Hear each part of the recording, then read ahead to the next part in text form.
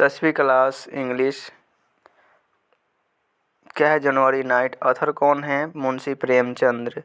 प्रश्न क्या कर रहा है? Who was Munni? मुन्नी कौन थी? Why did Munni suggest Halku to give up tenant farming? वह हल्कू को खेती करना भाड़े पर लेकर खेती करना छोड़ने की क्यों सलाह देती थी?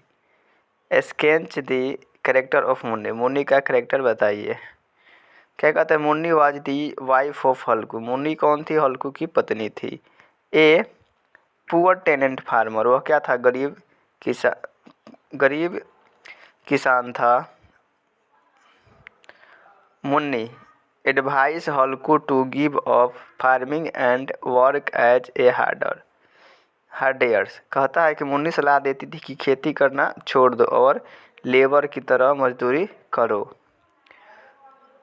By doing so he at least to got enough food eat to farm it. इस खेती से क्या मिलता है? बस 2 वक्त की खाना और इससे ज़्यादा कुछ नहीं। और क्या कह रहा है? He should not have to pay. उसके पास पैसे चुकाने के नहीं थी। लेंड रेंट ज़मीन का किराया चुकाने के पास पैसा नहीं बचता था। In farming whatever he earn he throw back it. और उसको नहीं चुका पाती थी पैसा।